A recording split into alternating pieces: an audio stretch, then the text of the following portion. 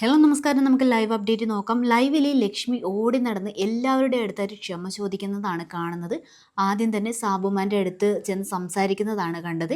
എനിക്ക് guilty feel ചെയ്തു, നാളെ ഇതിൻ്റെ പേരിൽ എന്നെ എവിക്റ്റ് ചെയ്ത് വിട്ടാലും പ്രശ്നമില്ല, ഞാൻ തെറ്റ് ചെയ്തു എന്ന് തോന്നുന്നു, ഞാൻ അവളോടും അയാളോടും അങ്ങനെ പറയാൻ പാടില്ലായിരുന്നു, എൻ്റെ ഭാഗത്ത് തെറ്റുപറ്റി, അഭിലാഷിൻ്റെ അടുത്ത് വിളിച്ചു പറഞ്ഞു എല്ലായിടത്തും ചേർന്ന് ഒരു സോറി പറയണമെന്ന്. അപ്പോൾ അഭിലാഷ് പറ്റില്ല എന്ന് പറഞ്ഞു. അതുകൊണ്ട് ഓരോരുത്തരുടെ അടുത്തായിട്ട് പോയി സോറി പറയാൻ തീരുമാനിച്ചിരിക്കുകയാണ് ലക്ഷ്മി.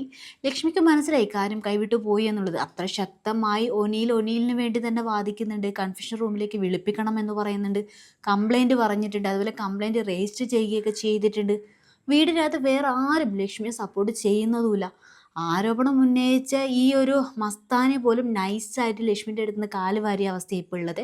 ലക്ഷ്മിക്ക് മനസ്സിലായി പണി പാളി, പുറത്ത് നെഗറ്റീവ് ആവാൻ സാധ്യതയുണ്ട് എന്ന്. അതുകൊണ്ട് തന്നെയാണ് തെറ്റുപറ്റിയെന്ന് ഏറ്റു പറഞ്ഞ് ക്ഷമയൊക്കെ ചോദിക്കുന്നത്. പക്ഷേ ഇതിനെ കൊണ്ടൊക്കെ കാര്യമുണ്ടോ ഉള്ളത് നമുക്കറിയത്തില്ല.